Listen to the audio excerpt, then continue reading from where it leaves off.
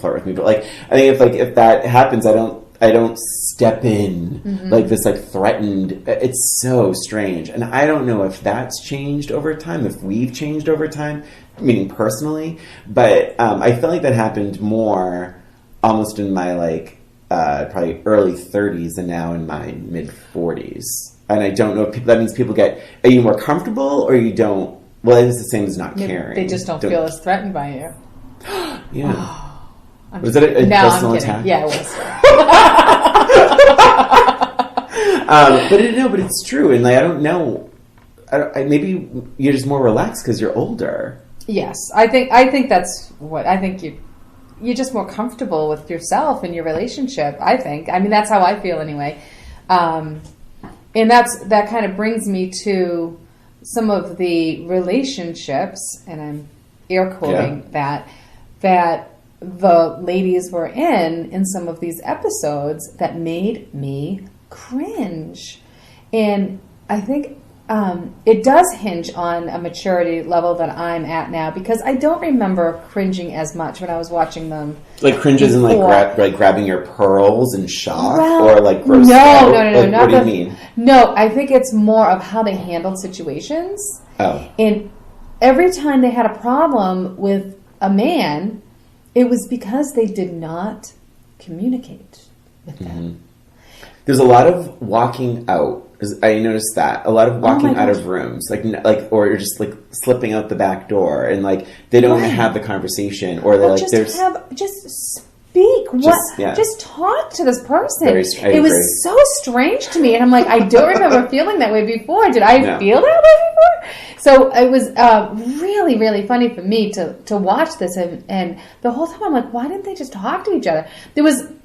And most of the time, they're the ones that did something wrong. Mm-hmm. And then they're upset about it because this guy isn't, like, reacting in a certain way. The one episode that's standing out in my mind is when Miranda, she had some, like, you know, I don't know if it was a one-night stand or whatever, but she was in bed. He had to go to work, and she's in his apartment alone. And she starts looking through drawers, which... Excuse me. That's just ridiculous. Immediately. Yeah. I mean, he's not even out the door practically. And she finds a video about spanking. Yes. Yeah. And so now she has this information, which she shouldn't have in the first place. Yeah. And then she hints around, like she talks to all her friends about it. Yeah. And then she hints around that she wants to be spanked in some awful Miranda way. Yeah. And then he gets mad and doesn't call her again, and she's surprised. I mean, I will say, so this is maybe cutting to the chase a little bit. I can't tell you the number of times where I was like, you know what? I totally agree with the guy right now. Oh my gosh! Throughout almost every episode.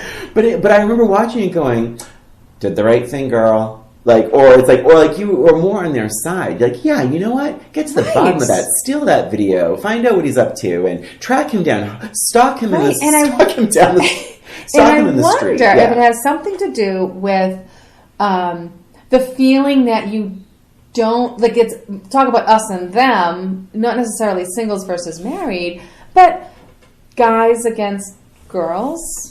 Or, you know, just that opposite sex that you're interested in, on same sex, if you will, that you're interested in, and that you know, that interest that you feel you can't talk to. And it's, for me, men were always sort of a mystery for me in my 20s and, you know, teens and things like that. So it was very much like a guys versus girls, and how would I ever talk to them? They're such a mystery. And I think that sort of speaks to how we felt we were like on the girls' side when we were younger, and then now that we're in a relationship, we kind of understand that men aren't the enemy. That it's, you know, it makes more sense that we are on the guy's side. Yeah, I guess so. Right? Like, if given the opportunity, and again, it's TV. You want it, you know, there needs to be sensationalism or whatever. It wouldn't be very interesting. And there also needs to be some friction. Like, if she found the video and then he walked back in the door and she's like, hey, like that, where's the story? So there needs to be this moment of like, I'm so confused and whatever should I do? And it's like, just put it back and don't talk about, oh gosh. But don't you think it was funny that they put them in, it showed the women in such a poor light. And like back then, nobody really mentioned that part. And I actually think most, and I shouldn't say this, I don't know for sure, but I think most of these scripts are written by men too. Like I think they're gay guys, or I believe that to be true. I think there's a couple episodes written by women, but there is this overwhelming thing of overreacting, maybe going a little too crazy. And there's I do have to say one thing about that episode with the seeing the penis at the country home and all that, and how that rocked their friendship, which is ridiculous. But I do have to say, Samantha, Kim Cattrall, I think, is gorgeous in that episode and she's like walking by the doorman. She looks like a movie star. I mean, she is a movie star. She looks like a movie star. And it was one of those moments where I'm like, she's supposed to be drunk, but she has never looked more beautiful. And I liked that whole sequence a lot. I liked when they weren't necessarily all four together. I liked when they were in unusual pairings too. I liked when Miranda and Charlotte and Samantha would hang out, because I think Kim Cattrall brought out better elements of Kristen Davis. Because Kristen Davis, I have to be honest, that is a pretty consistent for me, where I didn't care for her performance, her acting then, even though I was a Melrose Place fan, and I really didn't care for it now. And I often felt like if she wasn't involved at all, it would not really make much of a difference. I think I remember, like, I feel like I remember talking this like years ago, and I read an article, and someone had made the point that like someone needs to be shocked. You can't have four women or four characters, well, not even women, four characters sitting around a table talking about blowjobs over brunch without one of them clutching their pearls, so to speak. And I think so. Charlotte was always, I'm just picking up my cat. Charlotte was always that character, and the part that rings really false for me is that she is in her mid-30s in this show, and she is she seems to be a very sophisticated art gallery manager. Sure.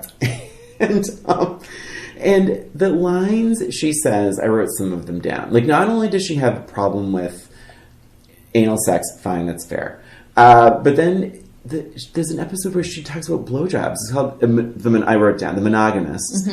And not only does she not like giving them, she actually has the line, I don't know what to do. I mean, I practiced on a banana.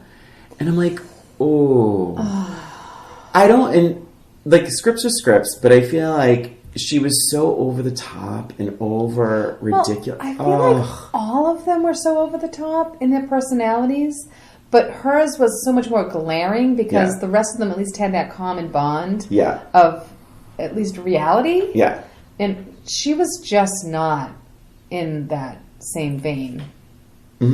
I don't think. No, and I mean there was a lot of that, and like the scene where there's an episode where the artist wants to paint her vagina, and she ends up doing it. She does it, which is so weird. Which is so completely out of character for her. And he says the C word, which will save our viewers from the C word, but her reaction to that, and it's like, you're in New York City, really? Come on. Right. Like, you're that shocked. And the scene where where the artist and his wife are talking to Charlotte about being painted, her face is like just overreacting to every line coming out of their mouth. And why that doesn't work in a comedy perspective is because if I'm talking to you about something and you're making the most exaggerated, ridiculous faces, I'm gonna be like, oh, are you upset by this? Right. But the characters almost don't even acknowledge Charlotte's facial expressions, so it just doesn't work. And I'm surprised because there was a lot of scenes where I wrote it down where she could have played it deadpan, and it would have been 10 times funnier. Right. So I don't know if I blame Kristen Davis, who'd probably make a good stage actress because she's so expressive and overacting. But I think that I had the hardest time with her character. But what did you like? Oh, well, we need to talk about Mr. Big. Oh, okay, sure. Because this is another thing that So I love Mr. Big, and I actually still love Mr. Big. So it is something that I still love. But we talk about, we were talking about how we were on the guy's side, and watching this season, I was so frustrated in so many ways about Mr. Big because of, well, for one thing, at least in the beginning episodes, Carrie would be struggling with the question of the day, okay? And she would be at her coffee shop or whatever. Yeah. How am I ever going to figure this out? And then finally, she ends up bumping into 12 people that happen to be having that same exact problem. It's the same exact problem. So, struggle. And then, in pops Mr. Big, says one line, and it's clarity. Yeah. So, I really didn't like that message at all. That he has the answers to everything in his back pocket, and he's just going to throw it out there, and she's going to be like, "Oh, wow, look at that." So that was one thing. My other problem that I had was I found it so hard to believe that not only did they keep bumping into each other, I mean, over and over and over again. Yeah. Bumping into each other, yet they had no mutual friends. How is that possible? Yeah. How is that possible? They're at the same parties, but they don't have a mutual friend. They happen to be all these similar places. They almost had the same cab once. There's a lot of that, and things were so ridiculous. And that's where it's okay, this is a TV show. I get it. They have to bump into each other, and maybe it's meant to be because there's so many people in New York that if you bump into that same person, maybe it's meant to be. I don't think they had to do it so many different times. I will say with Mr. Big, so when I was younger, I didn't get it at all. You did not at all. I remember that. I'm like, what is the deal with him? Who cares? He's awful. I didn't find him attractive. I thought he was a jerk. I thought he just wasn't even interesting. To your point about the one sentence resolutions, that drove me absolutely crazy. I felt that Carrie should have been smarter for his stuff. And but now revisiting it now at this age, I actually was like, I think he handles Carrie's craziness in a very mature way. And he's always like, what's going on? What's wrong with you? He is the one that's trying to communicate. I know. And she never communicates back. It bears mentioning that in the first episode, he's described as the next Donald Trump, which is funny. That is funny. Except better looking is Samantha's line. And then, and this is also a pattern I found with the first few episodes of season 1 where there's no girl code. There's no loyalty. If you remember, so you have Carrie who keeps bumping into Mr. Big. But she makes a comment to Samantha that oh yeah, but we've never really connected. Samantha takes that as a cue to go and flirt with him. Actually, I think she even says to Carrie something like, "Oh well, it's all mine." And she goes away, and it's right in her face. And I think we'd struggle with that with our circle of friends if we behaved that way then. And back then, I don't think I caught that. There's another scene, actually the same episode, where Charlotte isn't going to have sex with her date. Right. And he's like, well, I need to have sex tonight. And I believe he ends up with Samantha. He ends up with Samantha. So that's a triple girl code violation. However, did Samantha know that he was with Charlotte? That's questionable. I don't know. Yeah. Maybe not. But maybe that's part of the joke. Who knows? But I was like, I feel like they could do better. But then with Mr. Big, this time around, I did find him slightly more attractive. I don't think he's hot. I would not. In a list of 1,000 men, he doesn't register. I don't know why. I find him attractive, but not so much in a physical sense. But and this is how it was before too. Just his confidence and his. He's just sort of knows who he is, and he does what he wants to do, and that's kind of what I was always attracted to.